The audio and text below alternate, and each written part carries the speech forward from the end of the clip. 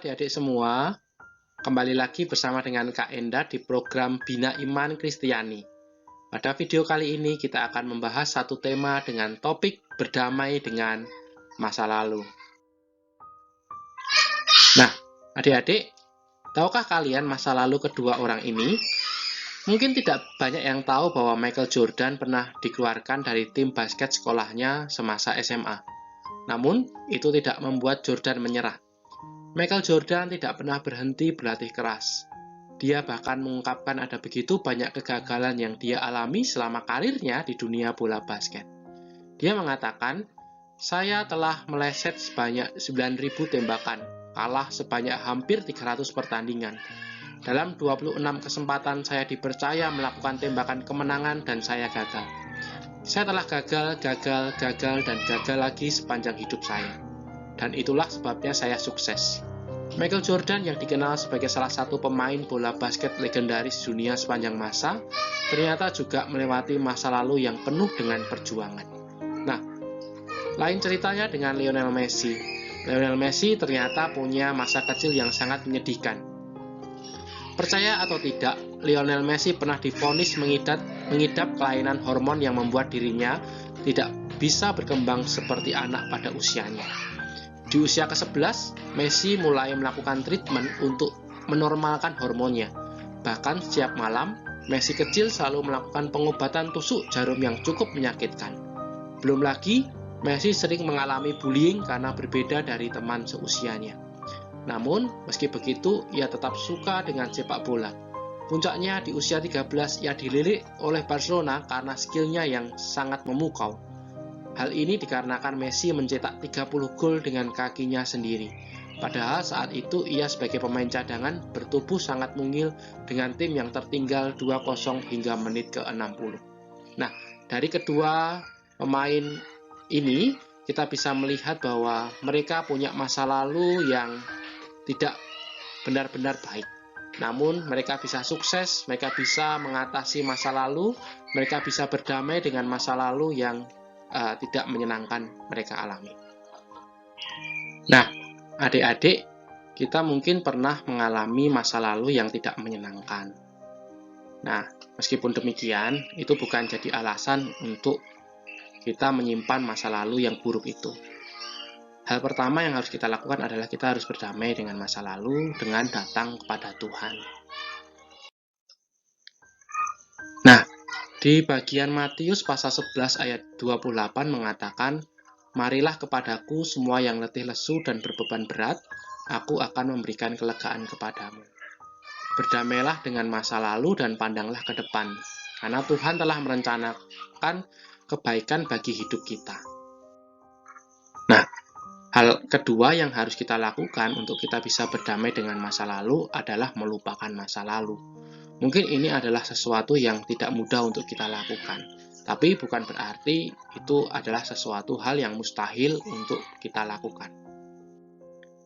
Nah, di Filipi pasal 3 ayat 13-14 mengatakan, "Saudara-saudara, aku sendiri tidak menganggap bahwa aku telah menangkapnya, tetapi ini yang kulakukan, aku melupakan apa yang telah di belakangku dan mengarahkan diri kepada apa yang di hadapanku, dan berlari-lari kepada tujuan untuk memperoleh hadiah, yaitu panggilan surgawi dari Allah dalam Kristus Yesus."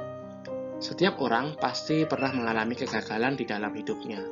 Bila kita terus-menerus memikirkan kegagalan di masa lalu dan kemudian berpikir bahwa sudah tidak ada lagi harapan di masa yang akan datang, ini adalah tanda bahwa kita telah diintimidasi oleh masa lalu. Nah, adik-adik, camkanlah bahwa orang yang berhasil bukanlah orang yang tidak pernah mengalami kegagalan. Orang yang berhasil adalah orang yang bangkit satu kali lebih banyak dari kegagalannya. Rasul Paulus dalam bagian ini tadi yang kita baca bersama mengatakan bahwa penting bagi kita untuk mengarahkan diri kepada masa depan dan melupakan apa yang di belakang kita. Jika kita percaya akan kasih dan pengampunan Tuhan yang telah dinyatakan dalam hidup orang percaya, maka kita juga harus belajar mengampuni diri kita sendiri atas kegagalan yang pernah kita lakukan. Nah, hal ketiga yang harus kita lakukan adalah mengampuni diri sendiri dan orang lain. Nah, di bagian Alkitab tepatnya di Markus pasal 11 ayat 25 mengatakan, Dan jika kamu berdiri untuk berdoa, ampunilah dahulu sekiranya ada barang sesuatu dalam hatimu terhadap seseorang, supaya juga Bapamu yang di surga mengampuni kesalahan-kesalahanmu. Hal yang harus kita lakukan, selain dua hal sebelumnya, adalah kita harus mengampuni kesalahan orang lain.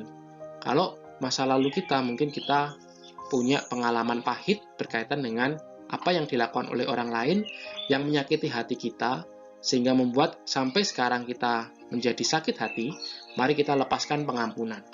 Pengampunan itu akan memerdekakan kita dan membuat kita bisa berdamai dengan masa lalu, berdamai dengan pengalaman pahit yang pernah kita alami, supaya kita bisa menyongsong masa depan yang Tuhan sudah siapkan.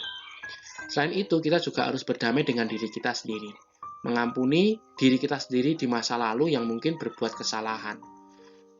Kalau Tuhan saja mau mengampuni setiap kesalahan kita, masakan kita tidak mau mengampuni diri kita sendiri? Masakan kalau Tuhan mau mengampuni kita yang bersalah kepada Dia setiap harinya, masakan kita tidak bisa mengampuni orang lain? Mari kita belajar untuk mengampuni orang lain. Nah, hal keempat yang harus kita lakukan adalah memiliki komunitas yang menguatkan. Maksudnya di sini adalah kita harus memiliki komunitas yang membuat kita menjadi bisa selalu terbuka, bisa menolong kita untuk semakin bertumbuh di dalam Tuhan. Di Yakobus pasal 5 ayat 16 dikatakan, karena itu hendaklah kamu saling mengaku dosamu dan saling mendoakan supaya kamu sembuh. Doa orang yang benar bila dengan yakin didoakan sangat besar kuasanya. Saling mengaku dosa dan saling mendoakan, itu adalah hal yang harus dilakukan dalam sebuah komunitas. Sebuah komunitas yang baik adalah komunitas yang saling menerima dan saling menguatkan satu dengan yang lain. Jadi, kalau kalian punya masa lalu yang sampai sekarang masih mengganjal, kalian bisa cerita ke teman yang kalian percayai. Lebih baik teman yang menurut kamu adalah teman yang dewasa secara rohani. Kamu juga boleh cerita dengan kakak pembimbing, kakak rohani yang kamu percayai, baik itu di gereja, di sekolah, ataupun di komunitas yang lain. Nah, kesimpulan yang kita dapatkan dari materi Bina Iman Kristiani pada pertemuan kali ini adalah, pertama, masa lalu yang belum diselesaikan akan mempengaruhi masa sekarang dan masa yang akan datang. Jadi, alangkah lebih baiknya kalau kita bisa membereskan masa lalu yang mungkin sampai sekarang belum dibereskan. Kedua, berdamai dengan masa lalu menjadi kunci hidup berkemenangan. Ketiga, mengampuni orang lain dapat memerdekakan hati kita dari kepahitan. Nah, adik-adik, demikianlah firman Tuhan pada pagi hari ini yang Kak Endar bisa bagikan untuk kita semua, meskipun singkat, namun biarlah kita bisa belajar firman Tuhan ini, bisa merenungkannya, dan bisa melakukannya dalam kehidupan kita hari lepas hari. Mari kita sama-sama menjadi pribadi yang mau berdamai dengan masa lalu, agar masa sekarang dan masa yang akan datang, Tuhan terus memberkati kita. Sampai di sini, kiranya Tuhan memberkati kita semua. Tuhan berkati. Dadah.